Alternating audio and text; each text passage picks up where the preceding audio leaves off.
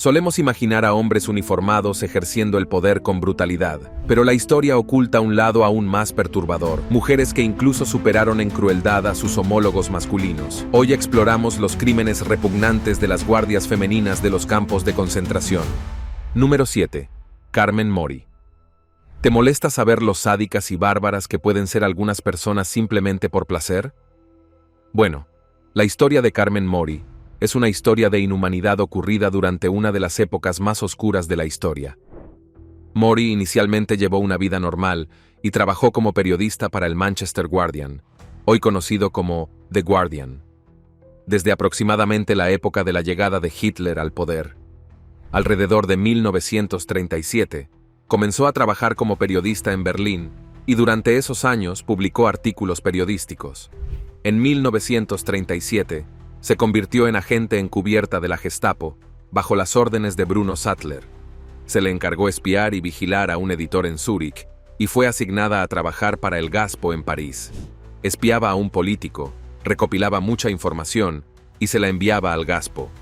En noviembre de 1938, fue arrestada en Francia y el 28 de abril de 1940 fue condenada a muerte. Sin embargo, fue indultada el 6 de junio de 1940 porque se ofreció a convertirse en doble espía para los franceses. ¿A quién te recuerda esta situación? A Mata Hari, ¿verdad? Sí. A Mori le pusieron el apodo de Mata Hari, la tercera en importancia. Sigamos. Poco después, Alemania completó su invasión de Francia, pero Mori había perdido la confianza de sus superiores en la Gestapo. Fue arrestada de nuevo, pero esta vez por las autoridades alemanas. Sin embargo, fue liberada en 1941 y enviada al campo de concentración de mujeres de Ravensbrück, donde se convirtió en jefa del capo del bloque. Aquí es donde su historia se vuelve jugosa. Las condiciones en estos campos eran muy duras. Las mujeres eran obligadas a realizar trabajos pesados y forzados, y se decía que no las mataban a tiros. Debían trabajar hasta morir. También fue en estos campos donde se llevaron a cabo muchos experimentos médicos. Capo es el título que se le daba a un prisionero elegido por los nazis para ayudar a controlar a otros prisioneros. Optaron por esta opción para reducir costos, por lo que usar prisioneros para supervisar a otros prisioneros parecía trabajo gratuito. Cada capo tenía diferentes funciones, como líder de sala y registradora. El líder de sala debía garantizar las condiciones dentro del barracón, y la registradora mantendría el registro al pasar lista. Este puesto ponía a prisioneros como Mori en una situación difícil. Podían ayudar a los nazis y tener unas pocas mejores posibilidades de sobrevivir, o negarse y sufrir con los demás. Mori decidió colaborar estrechamente con los nazis. Era una nazi apasionada y se sentía atraída por el estilo de vida nazi. Por eso, sentía que, al trabajar para la Gestapo, merecía participar en la brutalidad y barbarie del campo de concentración. Mori participaba en la supervisión de las condiciones y el trabajo que se realizaban dentro de su bloque. Realizaba trabajos forzados y era conocida por ser un monstruo, descrita como sadomasoquista, psicópata, sexualmente voraz y una de las capos más notorias del campo. Muchos prisioneros la acusaban de crueldad. Dijeron que participaba en el castigo de los prisioneros y en la entrega de quienes intentaban resistirse o escapar. Golpeaba a estas mujeres con un cinturón y unas mangueras. También las obligaba a usar pantalones cortos o a estar completamente desnudas. A veces les echaba agua fría encima en condiciones gélidas, lo que podía provocarles hipotermia y la muerte. Lo peor de todo era que las dejaba sin comer durante días y a veces les tiraba una rebanada de pan encima, viéndolas luchar por ella. Por si fuera poco, Mori le contó una vez a su compañero capo que disfrutaba viendo el dolor en sus ojos cuando las obligaba a comer sus heces. Sus acciones la convirtieron en una de las capos más temidas del campo. Al terminar la Segunda Guerra Mundial, Mori fue arrestada y juzgada por sus acciones en Ravensbrück. Muchos exprisioneros testificaron en su contra, describiendo las terribles acciones que cometió y cómo colaboró con los nazis. Fue acusada de ayudar a herir a otros prisioneros y de traicionar a quienes intentaban luchar contra los nazis. Mori, por su parte, se defendió alegando que solo hizo lo necesario para sobrevivir, una excusa común y vacía utilizada por muchos que ocupaban puestos de poder en los campos. Sin embargo, El tribunal la declaró culpable de graves crímenes de lesa humanidad, incluyendo violencia y traición. Fue condenada a muerte en la horca por sus acciones antes de que pudiera ser ejecutada. Carmen Mori se suicidó en su celda en abril de 1947. Número 6. María Mandel. Nadie se atrevía a mirarla a los ojos. Incluso los soldados varones bien entrenados temblaban al oír sus pasos. Era una chica nazi que evocaba miedo y maldad. Su nombre era Marie Mandel, apodada la Bestia. Nacida en Austria en 1912, Mandel se convirtió en una de las pocas mujeres que ostentaron un poder significativo dentro del sistema de campos de concentración nazi. Su padre era un zapatero común, y no se sabe nada de su madre. Tras graduarse de la escuela primaria, Mandel vivió un tiempo en Suiza, y luego trabajó como empleada de carteles en Austria. Se unió al partido nazi en 1938. En septiembre de ese año se trasladó a Múnich y en octubre comenzó a trabajar en el sistema de campos de concentración. Empezó como guardia en el campo de concentración de Lichtenburg. En mayo de 1938 fue trasladada a Ravensbrück, un campo principalmente para mujeres. Allí obtuvo el puesto de supervisora principal. Sus funciones incluían impartir instrucción diaria y asignar tareas a las prisioneras. También tuvo el honor de castigar a las prisioneras, lo que incluía palizas brutales. En octubre de 1942 fue trasladada a Auschwitz, uno de los campos de concentración nazis más infames de Polonia. En Auschwitz, María Mandel ascendió rápidamente en la jerarquía hasta convertirse en la jefa del campo de mujeres, un cargo conocido como Lagerführerin. Como comandante del campo, estaba a cargo de todas las prisioneras y supervisaba a las guardias. Tenía poder ilimitado sobre ellas. Podía golpear y humillar a estas víctimas indefensas a su antojo, lo cual le proporcionaba un placer sádico. Las prisioneras no se atrevían siquiera a susurrar su nombre en los pasillos oscuros del campo. En su lugar, con voces temblorosas y miradas bajas, solo se referían a ella como la bestia o el monstruo, palabras que resonaban con un terror palpable entre los barracones. Su presencia era tan aterradora que había establecido una regla inflexible. Cualquier prisionera que osara hacer contacto visual directo con ella sería ejecutada en el acto, sin excepción ni misericordia. En su papel como jefa del campo, ejercía un poder absoluto sobre la vida y la muerte. Cuando llegaba el momento de revisar las listas de prisioneras destinadas a la eliminación, no solo cumplía con su deber, sino que parecía encontrar un placer perverso en su tarea. Bajo sus órdenes, más de 500.000 de mujeres y niños inocentes fueron enviados a las cámaras de gas de Auschwitz, una cifra que evidenciaba la magnitud de su crueldad sistemática. Mandel había desarrollado un ritual particularmente perturbador. Seleccionaba prisioneras judías para convertirlas en lo que ella llamaba sus mascotas personales. Las vestía como si fueran muñecas vivientes, jugaba con ellas en una macabra parodia de normalidad y las forzaba a realizar tareas domésticas y a acompañarla en sus recorridos por el campo. Sin embargo, estas mujeres vivían en un estado de terror constante, pues sabían que cuando Mandel se cansara de su presencia, serían enviadas sin contemplaciones a las cámaras de gas, como tantas otras antes que ellas. Quizás uno de sus actos más retorcidos fue la creación de la Orquesta de Mujeres de Auschwitz, una manifestación única de crueldad psicológica. Bajo su dirección, prisioneras músicas eran obligadas a tocar melodías mientras largas filas de sus compañeras eran conducidas hacia las cámaras de gas. Esta yuxtaposición grotesca de música y muerte añadía una dimensión adicional de horror psicológico a una experiencia ya de por sí inimaginablemente aterradora. Cuando la guerra llegó a su fin y el Reich se derrumbó, Mandel intentó escapar de la justicia huyendo a su ciudad natal de Münzkirchen. En un giro revelador de su verdadero carácter, incluso su propio padre rechazó darle refugio, obligándola a buscar ayuda con su hermana. Sin embargo, su intento de evasión fue breve.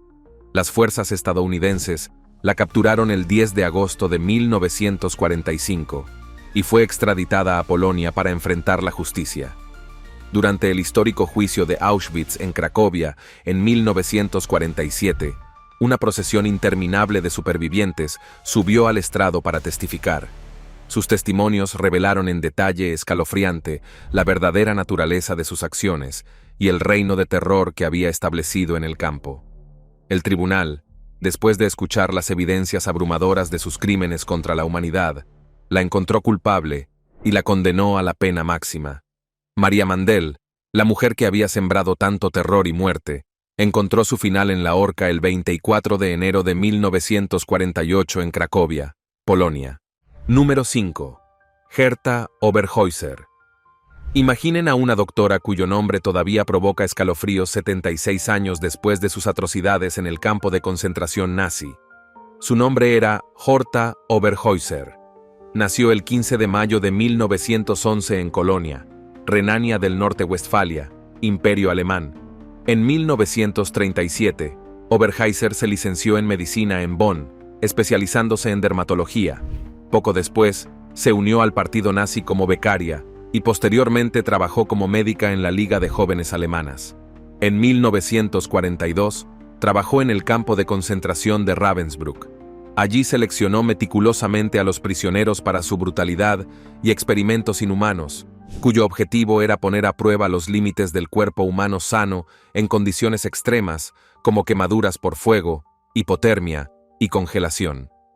Infligía heridas deliberadamente a los prisioneros y luego los infectaba con bacterias para estudiar los efectos de diferentes tratamientos. Una testigo, Stefania Latoka, recuerda que Oberhäuser se negaba a dar agua a muchas víctimas y cuando lo hacía, la mezclaba con vinagre. Los experimentos de Oberhäuser provocaron la muerte de innumerables personas inocentes, dejando un rastro de sufrimiento indescriptible en su despertar.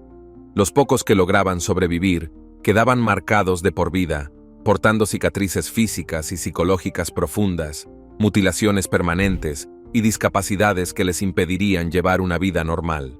Las víctimas sufrían dolores constantes, deformidades severas y traumas que ningún tratamiento posterior podría sanar completamente. Cuando finalmente fue capturada al término de la guerra, Oberhäuser intentó justificar sus acciones con una defensa que rayaba en lo absurdo. Sostuvo que sus experimentos eran una forma de ayudar a sus víctimas, argumentando que era preferible someterlas a torturas científicas que enviarlas directamente a las cámaras de gas. La crueldad calculada y metódica de Oberhäuser no solo traspasó todos los límites imaginables de la ética médica y la dignidad humana, sino que transformó el sagrado juramento hipocrático en una burla macabra y perversa, mientras infligía sufrimientos inimaginables a sus víctimas, bajo el pretexto de contribuir a los avances científicos. Sus experimentos, caracterizados por una frialdad profesional particularmente perturbadora, representaron una traición fundamental a los principios más básicos de la medicina y la compasión humana. El tribunal que eventualmente la juzgó, tras examinar exhaustivamente la evidencia y reconociendo la extraordinaria gravedad de sus crímenes contra la humanidad, la condenó a 20 años de prisión, una sentencia que muchos consideraron insuficiente dada la magnitud de sus atrocidades. Sin embargo, en lo que resultaría ser una manifestación especialmente frustrante de la imperfecta justicia de la posguerra, Oberhäuser fue liberada prematuramente en 1952, habiendo cumplido apenas 7 años de su sentencia original. Esta liberación anticipada provocó indignación entre los supervivientes y sus familias, quienes consideraban que la brevedad de su encarcelamiento trivializaba el alcance de sus crímenes. En un intento posterior por reintegrarse a la sociedad civil, Oberhäuser procuró retomar su práctica médica, pero su infame pasado la persiguió implacablemente, como una sombra imposible de borrar. Las autoridades médicas, actuando con firmeza y reconociendo la incompatibilidad fundamental e irreconciliable entre sus acciones pasadas y los principios básicos y sagrados de la medicina, le revocaron permanentemente su licencia médica y le prohibieron ejercer la profesión en cualquier capacidad. Confrontada con el rechazo universal de la comunidad médica y la sociedad en general, Oberhäuser se vio forzada a vivir sus últimos años en un aislamiento autoimpuesto, completamente alejada de la sociedad que había traicionado tan profunda y terriblemente, hasta su muerte, el 24 de enero de 1978. Su caso se convirtió en un recordatorio perdurable de cómo la formación médica y el conocimiento científico pueden ser pervertidos para servir a los propósitos más siniestros cuando se abandonan los principios éticos fundamentales. Un aspecto perturbador de esta época fue que muchas atrocidades fueron perpetradas por mujeres jóvenes, desafiando los estereotipos de género al demostrar una crueldad igual o superior a la de sus contrapartes masculinas. Guardias como Johanna Bormann y Carmen Mori, condenadas a muerte por sus crímenes, cometieron asesinatos en masa y actos de violencia sádica contra las prisioneras más vulnerables. Sin embargo, la justicia de posguerra fue irregular. No todas las perpetradoras recibieron el castigo máximo, creando un precedente inquietante que ha sido objeto de debate entre historiadores y expertos en derecho internacional. Número 4. Ilsa Koch.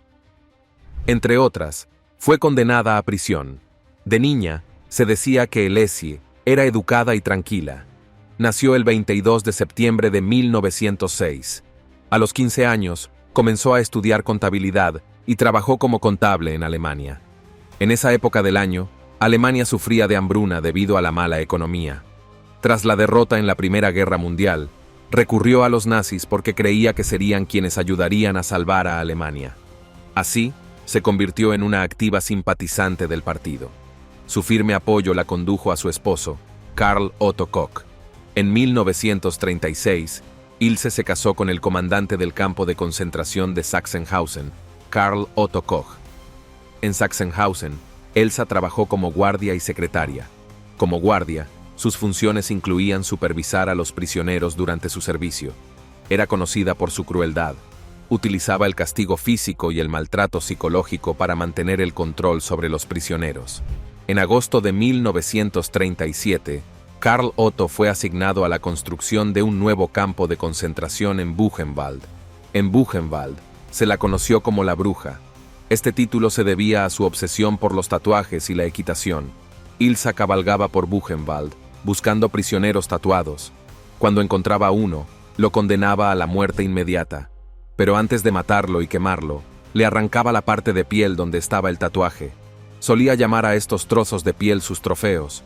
Luego coleccionaba pantallas de lámparas, cubiertas de libros, así como guantes y bolsos, todos hechos de piel humana tatuada. Ese no era el único alcance de su brutalidad. A pesar de tener 3 hijos, Ilsa odiaba a las mujeres embarazadas. Las consideraba repugnantes y las sometía a brutales castigos físicos, empleando un látigo especialmente modificado con fragmentos de navajas insertados estratégicamente para causar el máximo dolor posible. Esta aversión patológica hacia las mujeres embarazadas se extendía naturalmente hacia los niños, manifestándose en una crueldad particularmente despiadada hacia los más pequeños e indefensos del campo. Ilsa no solo encontraba un placer perverso en golpear a los niños, sino que además exhibía un comportamiento psicópata al reírse descontroladamente ante su sufrimiento, especialmente cuando los veía llorar o cuando observaba sus figuras diminutas dirigiéndose hacia las cámaras de gas. Su depravación no se limitaba a la violencia física. Era también conocida por sus desviaciones seales extremas y su conducta aberrante. Organizaba regularmente encuentros seales inapropiados que involucraban a oficiales de las SS y sus esposas, pero su sadismo alcanzaba niveles aún más perturbadores cuando forzaba a los prisioneros a mantener relaciones seales entre ellos mientras ella observaba con mórbida fascinación. Como parte de su rutina de terror psicológico, solía pasearse por el campo en estados diversos de desnudez, provocando deliberadamente el contacto visual de los prisioneros para luego ordenar su ejecución inmediata mediante disparos en la cabeza, convirtiendo incluso el acto involuntario de mirar en una sentencia de muerte. En 1941, la naturaleza extrema de estas actividades en el campo de concentración de Buchenwald finalmente llamó la atención de las autoridades superiores, específicamente de Josias Waldeck, quien ocupaba el cargo de jefe de la policía de Weimar y era miembro destacado del Heer SS. Desde su posición de autoridad supervisora sobre el campo de concentración de Buchenwald, inició una investigación que llevó a múltiples acusaciones contra Ilse, incluyendo la malversación de más de 700 marcos alemanes, además de numerosos crímenes de guerra.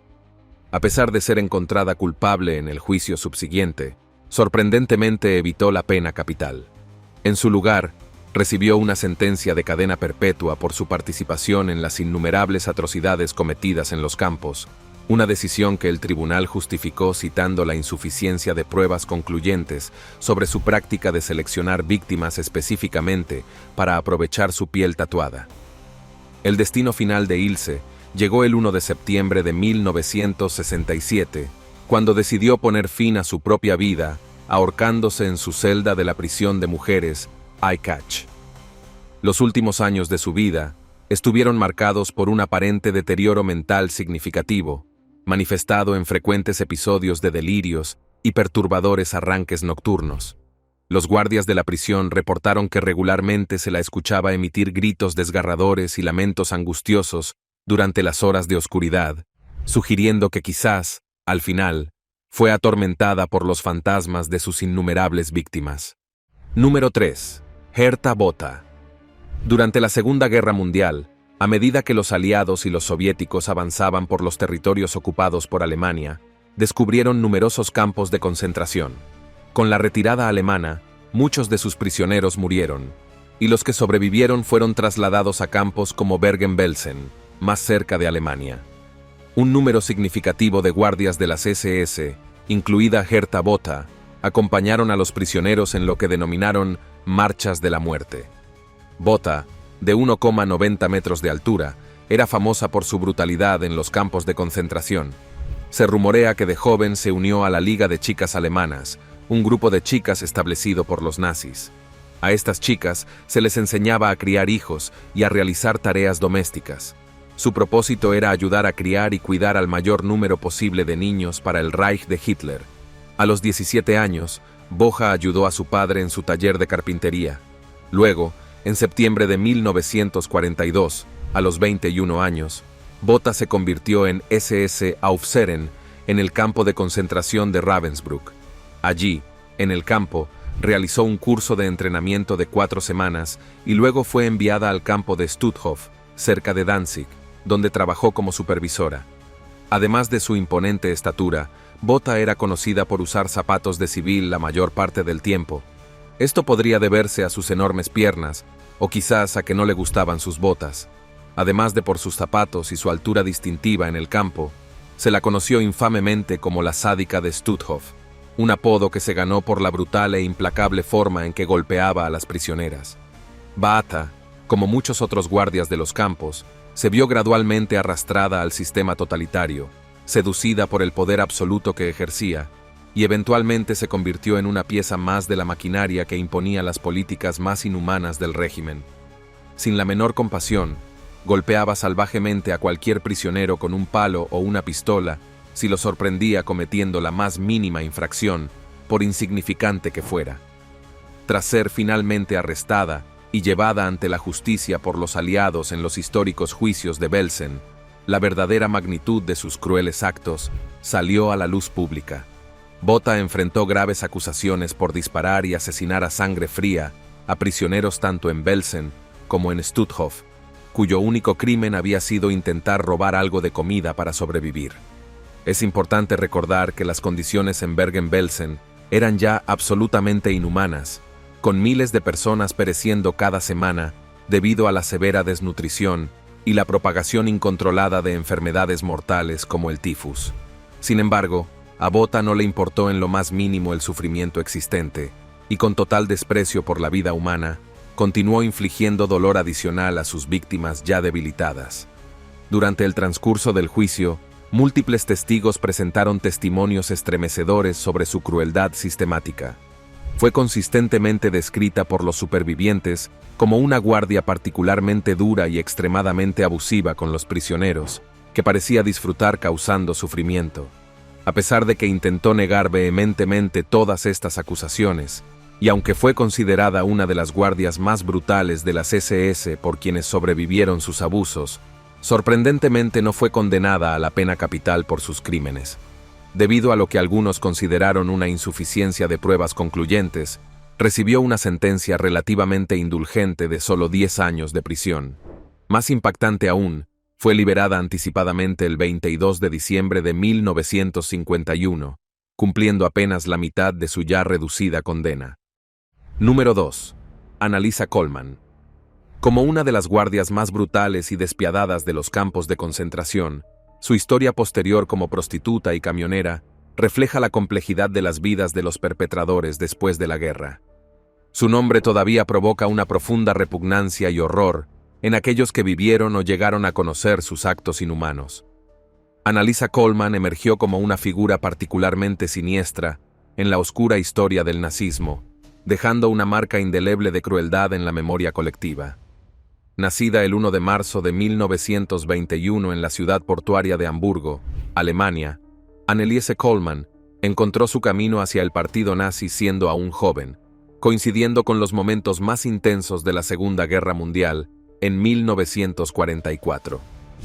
En un acto que definiría el resto de su vida, Coleman se presentó voluntariamente para servir como guardia en el sistema de campos de concentración, asumiendo el papel de supervisora de las SS en el campo de concentración de Neuengamme, estratégicamente ubicado en las afueras de Hamburgo.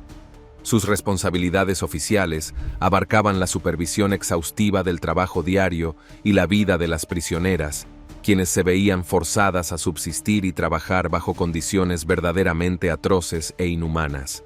Como tantas otras mujeres que habían probado el sabor corrosivo del poder absoluto, Coleman rápidamente se ganó una notoria reputación por el abuso físico sistemático de las prisioneras bajo su custodia.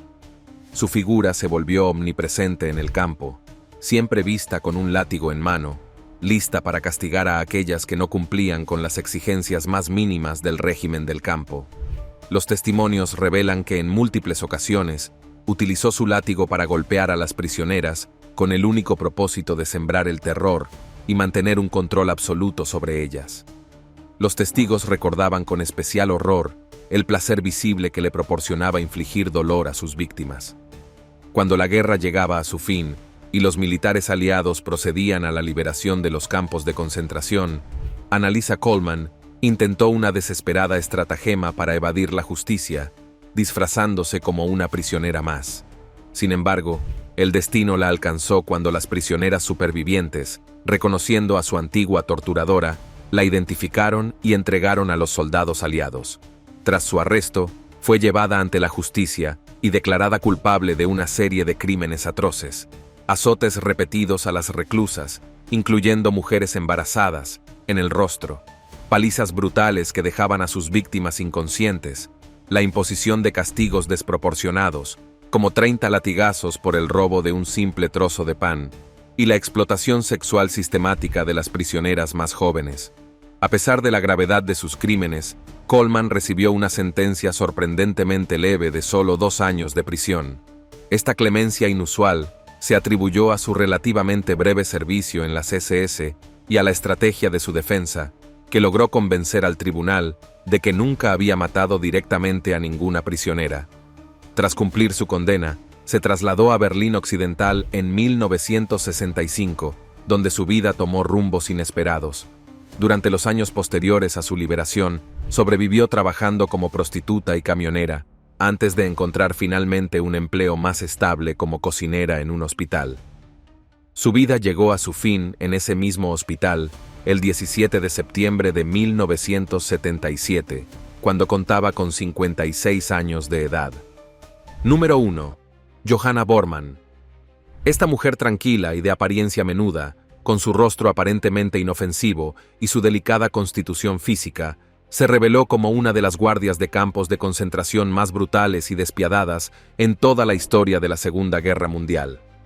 Johanna Bormann, quien llegó a ser tristemente célebre, era conocida entre los prisioneros y otros guardias como la mujer de los perros, un apodo que ganó por su terrible costumbre de disfrutar sádicamente lanzando sus feroces perros lobo contra los indefensos prisioneros para que los despedazaran sin piedad.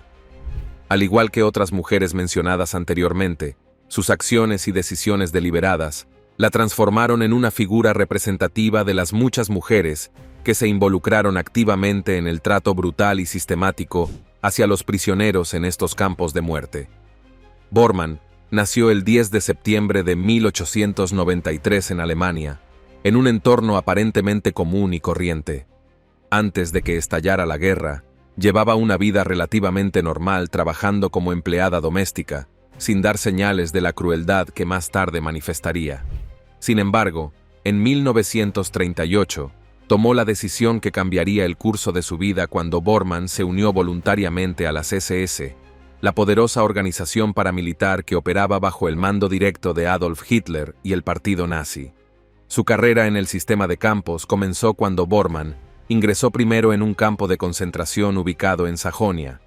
Este campo, en particular, tenía una significación histórica especial, pues fue uno de los primeros establecimientos construidos por los nazis en la época en que los prisioneros fueron posteriormente trasladados al recién inaugurado campo de concentración de Ravensbrück.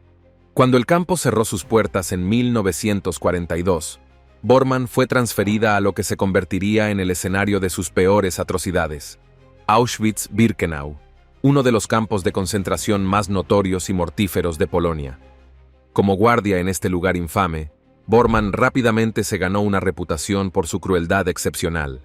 Era, de hecho, extraordinariamente despiadada en cada uno de sus actos, y aunque su estatura era pequeña, esta característica física contrastaba dramáticamente con el inmenso poder que ejercía y la brutalidad que demostraba en su trato sistemáticamente cruel hacia los prisioneros. A menudo trabajaba con perros, que utilizaba para aterrorizar y atacar a los prisioneros. Su apodo era Comadreja, o la mujer con perros. Los sobrevivientes de Auschwitz recordaban cómo enviaba a sus perros tras las mujeres y los niños, causándoles terribles heridas y miedo. En una ocasión, Bormann vio a una prisionera tomando algo con furia. La agarró del pelo y la arrojó a su perro, quien la mordió y le causó heridas tan graves que formó un charco de sangre. Cuando el médico llegó a examinarla, estaba inmóvil. Finalmente, fue enviada a las cámaras de gas para ser asesinada. Su perro también atacó gravemente a otra mujer. Este ataque la llevó al hospital durante 6 semanas. A finales de 1944, Johanna Bormann, junto con otros guardias del campo, fue arrestada por los británicos. Fue sometida a juicio junto con muchos exmiembros del personal del campo, quienes fueron juzgados por sus crímenes. Durante el juicio, testigos testificaron sobre la crueldad de Bormann y las brutales acciones que llevó a cabo contra los prisioneros. Estas incluían descripciones detalladas de ocasiones en las que dejó que su perro atacara a prisioneros y su comportamiento agresivo en general. Johanna Bormann fue declarada culpable de todos los crímenes de guerra y acusada por su participación en los campos de concentración. El tribunal la condenó a muerte por sus acciones. El 13 de diciembre de 1945 fue ejecutada en la horca en la prisión de Hamelin, Alemania. Tenía 52 años y se encontraba débil y temblorosa al momento de su muerte. Nos vemos en el próximo video.